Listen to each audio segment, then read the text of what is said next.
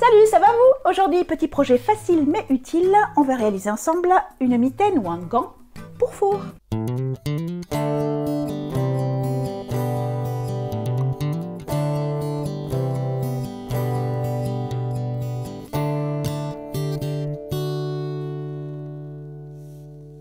Pour ceux qui ne me connaissent pas, je suis Sophie alias Swingso, je suis couturier tailleur dans la campagne girondine.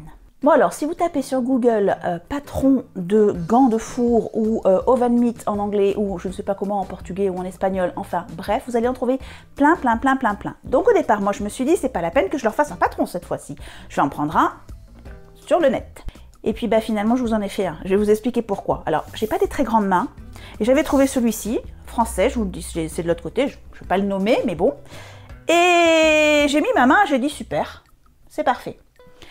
Sauf que quand je l'ai fait, j'avais fait un petit prototype, ben, alors ça rentre, hein, entendons-nous bien, ça rentre juste. Ça veut dire que moi je peux sortir quelque chose du four avec ça, en tirant un peu, mais le barbu, alors là, il peut pas du tout mettre sa main là-dedans. Donc du coup, j'en ai fait un beaucoup plus grand. Donc, soit vous utilisez un patron, vous allez trouver n'importe où, soit vous utilisez, ben, le mien, il est gratuit, il est sur la boutique, et ce sera dans la description.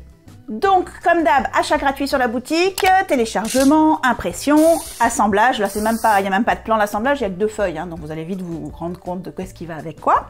Et une fois que vous avez ça, vous allez pouvoir prendre vos fournitures.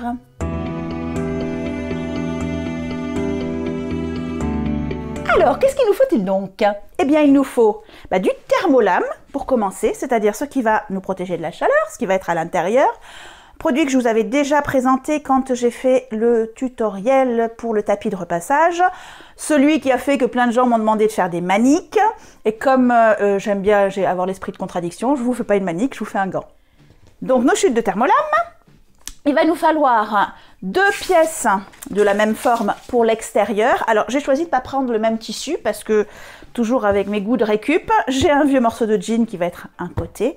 Et j'ai ce morceau de coton, un peu épais, mais bon, ça peut être du coton plus fin, dans lequel je vais tracer l'autre côté du gant. Et puis, il va nous falloir de la doublure, alors couleur, enfin ce que vous voulez, hein, 2 pièces qui vont être donc la même forme, mais pour faire l'intérieur. Donc comme vous le voyez, pour les tissus, je n'ai choisi que du 100% coton. Enfin, le thermolame, je suis pas sûre, mais enfin, en tout cas, c'est fait pour aller au four. Et parce que quand le four, c'est chaud, tout ce qui va être un peu plastique, etc., ça va fondre. Donc, pour le tissu, hors de question de prendre du polyester ou quoi que ce soit comme ça. Et à mon avis, pour les fils, non plus. Du coup, je me suis dit que ce serait l'occasion de tester un produit qui m'a été envoyé à tester par une marque italienne qui s'appelle Orifil. Et justement, c'est 100% coton égyptien. Et les couleurs sont plutôt pas mal, enfin à mon goût. Parce que comme on va faire un petit peu de molletonnage, le fil va vraiment se voir à l'extérieur. Donc tant qu'à faire, prenons quelque chose qu'on trouve joli, quoi. Eh bien oui, parce que grâce à vous, ma petite communauté qui grandit, qui me soutient et qui est très active dans les commentaires, certaines marques commencent à me proposer des partenariats et surtout des tests produits. Alors moi, je vous rassure tout de suite, je ne vais pas me transformer en femme sandwich, c'est pas la philosophie de la maison. Par contre, tester un produit que je ne connais pas et donner objectivement mon avis, pourquoi pas? Et d'ailleurs, si vous connaissez les produits en question, comme par exemple aujourd'hui la marque Orifil, eh bien, partagez votre avis, partagez votre expérience dans les commentaires et comme ça, tout le monde va en profiter, les autres abonnés et moi aussi. Je ne vais pas rentrer en détail sur la façon de molletonner un tissu, on l'a déjà vu dans la vidéo spéciale molletonnage que vous allez retrouver par ici et dans le tutoriel où j'ai déjà utilisé du thermolame pour faire le tapis de repassage. Je vous rappelle juste, si vous ne l'avez jamais fait, qu'il vaut mieux d'abord faire son matelassage avant de découper ses pièces parce qu'on peut étirer un peu le tissu et donc la forme risquerait à la fin de n'être plus celle qu'on voudrait avoir. Donc moi ce que j'aime bien faire c'est donc prendre par exemple 2 épaisseurs de thermolame parce que voilà, comme je vous l'ai dit, je veux que ce soit bien sécurisant. Donc 2 épaisseurs de thermolame et un extérieur, je vais les mettre ensemble. Je vais positionner voilà juste mon gant. Alors on a le droit fil, alors là c'est un morceau de récup, donc forcément le droit fil sur un morceau de récupération c'est moins évident, mais bon, je vérifie, voilà, donc tout est bien pris, et donc je vais simplement le tracer, et ensuite je vais le molletonner, et après je ferai mon découpage, comme ça si ça a bougé dans les tailles, que ça a tiré dans un sens ou dans l'autre, on aura quand même une forme qui sera plutôt régulière.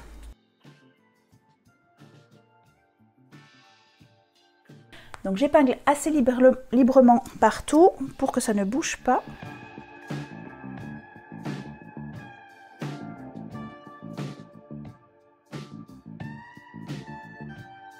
Donc là, je suis prête à molletonner. Alors il y a plusieurs façons de molletonner. Là aussi, je vous l'avais montré dans la première fois que j'en avais fait pour vous.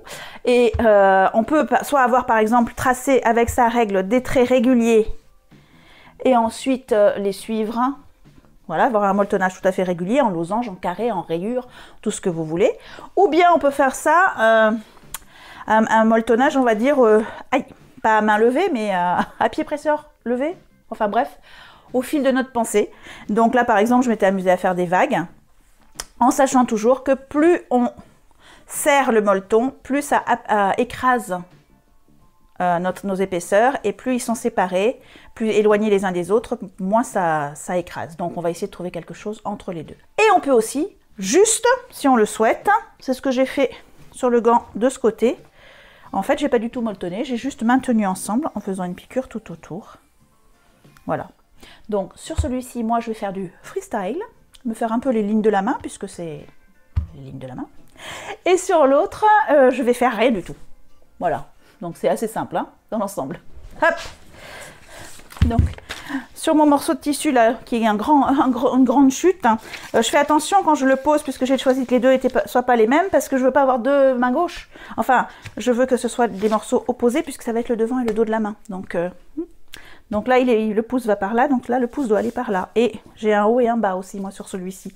Donc voilà, pareil, je me positionne, je vais juste quand même faire sa forme. Et ensuite, je vais les fixer ensemble avant le découpage. Oups.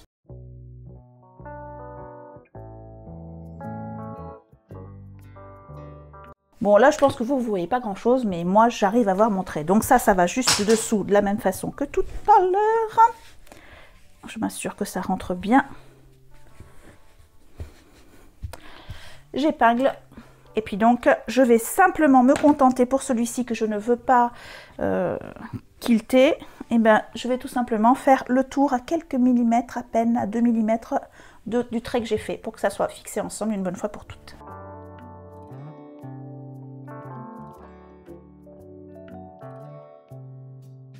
Allez, on passe à la machine pour le matelassage. Voilà, moi j'ai vraiment envie de m'amuser avec ce patchwork, donc je vais y aller vraiment dans tous les sens. Je vous dis ambiance ligne de la main.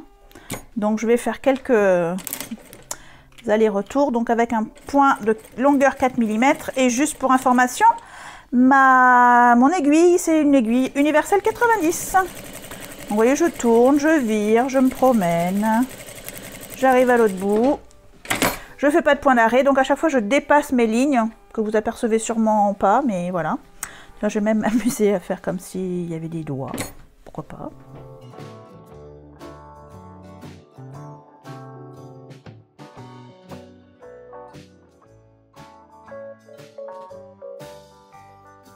Voilà, donc c'est vraiment très aléatoire. Une fois que j'ai fait quelque chose qui me convenait, les deux morceaux sont maintenus ensemble, je vais faire tout le tour en suivant donc ma ligne de tracé et en me mettant juste un tout petit peu à l'intérieur de celle-ci pour solidariser définitivement les pièces et pour faciliter le montage ensuite. Hop, donc je me mets juste à côté de ma ligne, vraiment à 1 mm. C'est un bon exercice hein, d'ailleurs, pour apprendre à coudre juste pile poil à un endroit.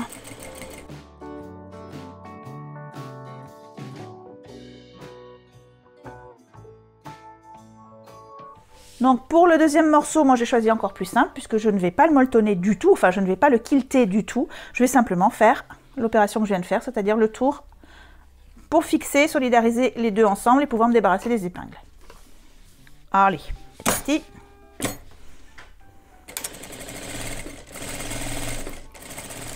Bon voilà, mon molletonnage super sommaire est terminé, donc les lignes de la main. Ici, donc vous voyez, ça donne ça sur l'envers. Là, je n'ai pas tout à fait la bonne quantité, mais ça va être dans la marge de couture. Donc, hein, quand on peut utiliser des chutes, voire même si vous n'aviez pas assez, vous pouviez même coller deux chutes l'une à côté de l'autre. On économise, on économise. Et puis donc voilà l'autre, vous voyez, juste le tour, point barre. Donc là maintenant, je vais donc découper tout autour. Et je vais découper également deux morceaux de doublure. Et après, on fait le montage.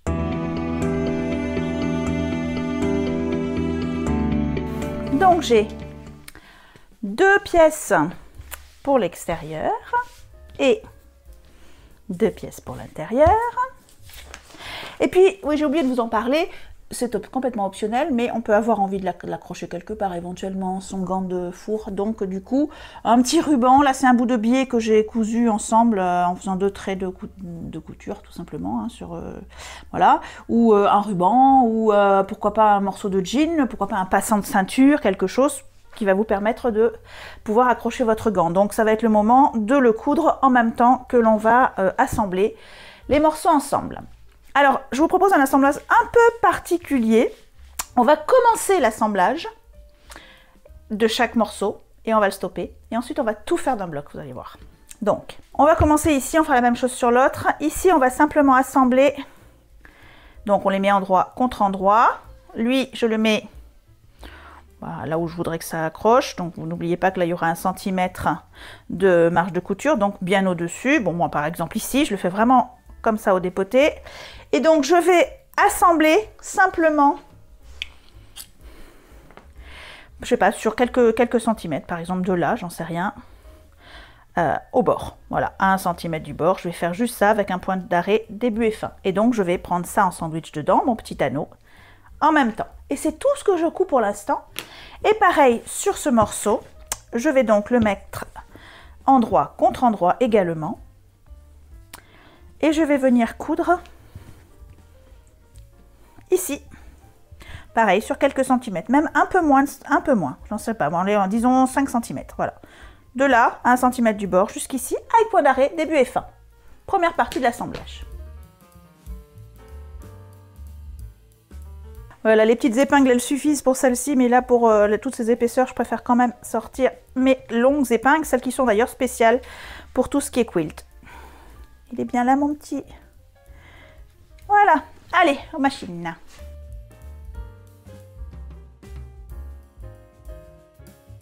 Donc, maintenant, on va ouvrir nos coutures. Alors, c'est pas évident d'ouvrir celle-ci, mais bon, on le maintiendra avec des épingles. Et celle-ci, ça va être beaucoup plus évident. Donc, on se met sur l'envers. Là, ça, c'est simplement du petit coton. Donc, on pourrait le repasser, mais franchement, au doigt, vous voyez, ça tient. Voilà. Et donc, le but, ça va être d'assembler. Finalement, on va assembler ça en premier. Et oui. Donc, on va prendre un morceau qu'on va mettre donc endroit face à nous. Et lui, on va le mettre endroit contre endroit. Et on va bien les aligner ici. Donc là, soyez généreux avec l'épinglage pour bien caler les marges de couture sur le côté, qu'elles ne bougent pas. Donc on commence au centre pour que ce soit bien aligné.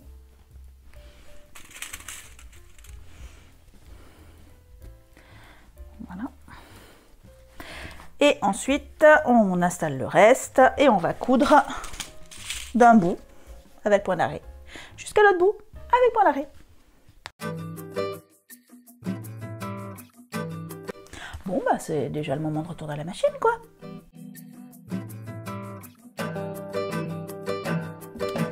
Bon, bah il est joli, mon gant, non? Vous trouvez pas? Il est un petit peu bizarre.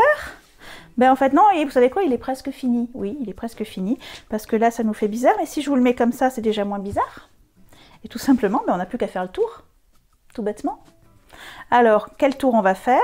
Donc, on va partir de... Alors, on va laisser un espace ici. Parce qu'on va vouloir le retourner quand même à un moment donné, notre gant. Donc, on va se laisser un bon espace. C'est épais, ça. Donc, on laisse de l'espace. On partira, par exemple... Ouais, on se laisse bien aller. Tout ça. Ce sera bien nécessaire. Et en fait, on va coudre. On va épingler, bien sûr. Et on va coudre tout autour, à 1 cm du bord. Boum, boum, boum. En suivant, comme ça. Et là, on ira jusqu'ici. Tout simplement. Avec un point d'arrêt aussi. À la fin. Voilà. Ben, j'épingle et on y retourne, quoi. Allons-y. Juste pour le côté esthétique, et parce qu'on est un peu perfectionniste, on va bien mettre en face ce morceau avec celui-ci. Là. Et les marges de couture, mais elles se mettent naturellement par là, parce que ça, c'est épais, ça ne l'est pas. Donc, c'est forcément le côté molletonné qui va gagner. Et c'est ce qui va nous faire ce petit revers finalement, comme si on avait posé un biais alors qu'on ne s'est même pas embêté à faire ça. Donc, on est parti.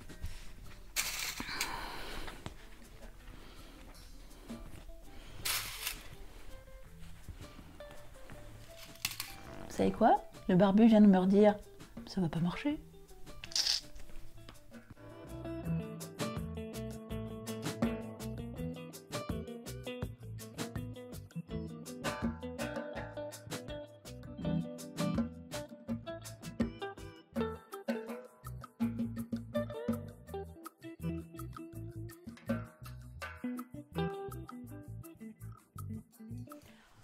Là, on arrive au moment un petit peu casse-pied, un petit peu fastidieux de la couture. Ça va être de dégarnir, beaucoup dégarnir, surtout cette partie-là, pour qu'on puisse avoir un joli arrondi à la fin. D'ailleurs, là, c'était donc mon petit prototype et j'ai pas vraiment dégarni. Là, j'avais commencé à dégarnir, mais pas tant que ça. Et vous voyez, ça fait pas quelque chose de bien arrondi, ça fait quelque chose comme ça. Et là, alors là, le pouce, comme il n'est pas du tout dégarni, bah, j'ai même carrément pratiquement impossible de le faire, de donner sa forme définitive. Donc il faut dégarnir. Dégarnir de deux façons. Alors je vais vous le montrer ici, mais ce sera exactement la même chose ici, en plus casse-pied parce que plus épais, donc plus dur à couper. Donc les parties qui sont en arrondi, et alors comment on va dire, qui sont concaves, qui vont vers l'intérieur, il va falloir juste clipser. Parce que ce qui est donc là, comme ceci, là, quand ça va être retourné, va être tiré dans l'autre sens. Donc, il faut lui laisser la place de s'étirer. Sinon, on a quelque chose qui fait plein de petits plis. Donc là, simplement, dans les creux qui sont comme ça, je vais juste faire des traits. Bon, là, j'enlèverai peut-être quand même un peu de matière, mais sinon, c'est pas bien grave, puisque dans l'autre sens, vous voyez, il va s'écarter le tissu. Et il faut lui permettre de s'écarter. Donc ça, c'est nickel. Par contre, tout ce qui est courbe convexe, donc qui vont vers l'extérieur, là il va falloir faire des petits triangles pour enlever de la matière, puisque dans l'autre sens ça va devenir concave, donc la matière va se coller l'une à l'autre et donc ça va faire des petits plis, des bourrelets, et on essaie de les éliminer avec des petits triangles. Donc c'est pour ça que dans un sens on fait comme ça simplement, et qu'à partir du moment où ça devient convexe, on va faire enlever des triangles. Ce qui fait que quand ça va se resserrer, et ben du coup ça viendra l'un contre l'autre et on n'aura pas ce surépaisseur. Voilà les secrets du dégarnissage. Alors moi en général, je fais tout dans un sens. Je me fais des traits. Alors évidemment, on ne coupe pas le fil de couture. Hein. Moi je fais des traits dans un sens.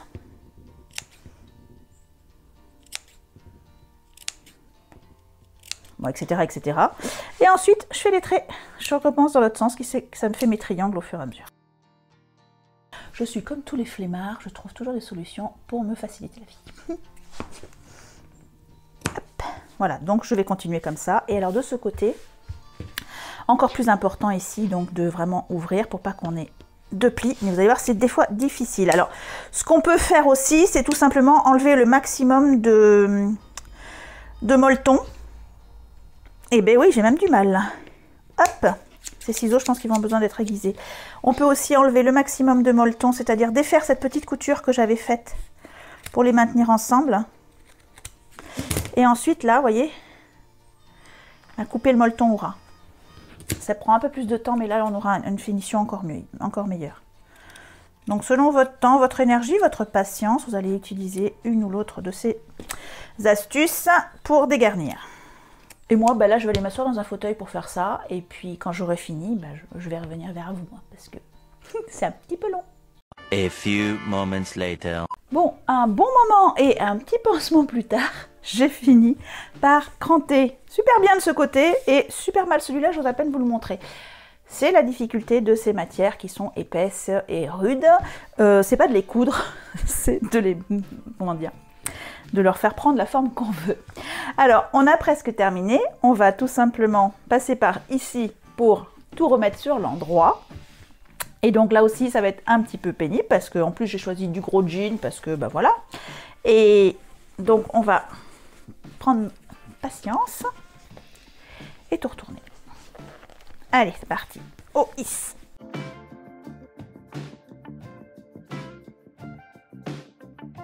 Donc ici, ça se met plutôt pas mal. Voilà. Et par contre, ici, je vais avoir besoin d'un peu d'aide. Je vais utiliser...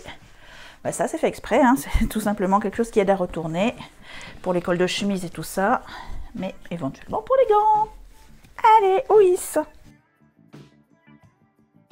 Et je crois qu'on peut dire que ce côté est sorti. Et lui, bah, ça va être plus simple. Alors, on va le retourner. Et avant de le mettre à sa place, on va fermer. Ici. Alors, ce sera sur l'intérieur, donc ça ne se verra pas. Donc, on va fermer ça tout simplement avec une petite piqûre nervure. C'est-à-dire une petite piqûre vraiment le long du bord. Voilà. Donc, je les plie avec, donc bien sûr, la marge de couture à l'intérieur. Je les marque bien ensemble, une ou deux épingles pour que ça ne bouge pas et un petit coup avec point d'arrêt ici, très près du bord pour tout fermer.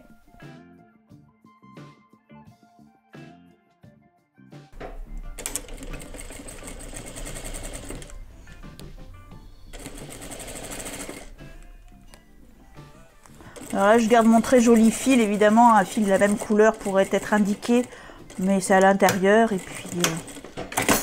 pas bien grave. Voilà, je crois qu'on a terminé les amis. Non, pas tout à fait. On va faire la dernière chose ici. Je vais donc tout simplement me servir de ma main pour mettre le pouce à sa place et le reste à sa place en fait. Ça va prendre place tout seul. Alors ce serait plutôt... Voilà. Voilà. Et ici, alors moi j'ai choisi de faire ça, vous pouvez tout à fait le mettre vraiment à l'intérieur, mais comme notre intérieur est plus fin que l'extérieur et qu'il y a quand même ce bourrelet à l'intérieur qu'on a moins sur ça, finalement je me sers de ma marge de couture comme d'une ligne, et c'est comme ça que j'obtiens cet effet de biais ici. Mais il est facultatif, soit je le laisse sorti, soit je repousse tout vers l'intérieur, mais dans un cas comme dans l'autre, je vais faire une petite piqûre pour que ça ne bouge plus. Donc je vais me positionner et je vais coudre ici le long de la ligne pour que ça ne bouge plus. Alors je vais me positionner, moi c'est pas si facile finalement, surtout avec ma main, là, avec mon doigt. Ça sera plus facile sur une machine domestique où vous pouvez enlever une partie de la table dessous pour pouvoir le glisser comme si c'était une manche. Moi je ne peux pas le faire sur l'appliqueuse plate, donc j'espère que vous allez voir quand même, mais enfin bon.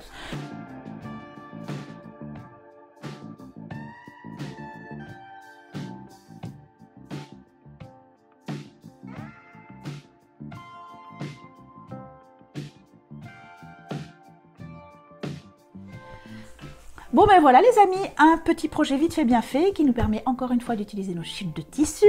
Ça prend pas trop longtemps à faire, ça peut être une bonne idée de cadeau, je sais pas, soit avec un tissu qui va aller à la personnalité de la personne à qui on a envie de l'offrir, ou bien un tissu assorti à un bouquin de cuisine qu'on offrirait en même temps, je sais pas moi, un tissu japonais avec un livre de cuisine japonaise. Enfin bref, Noël c'est dans pas très longtemps, donc les idées cadeaux, je pense qu'elles sont toujours les bienvenues. Bon, puis vous connaissez la chanson, hein, si ça vous a plu, vous pensez au petit pouce bleu. Et puis vous vous abonnez, vous partagez, et en attendant les prochaines réalisations, je vous dis à bientôt.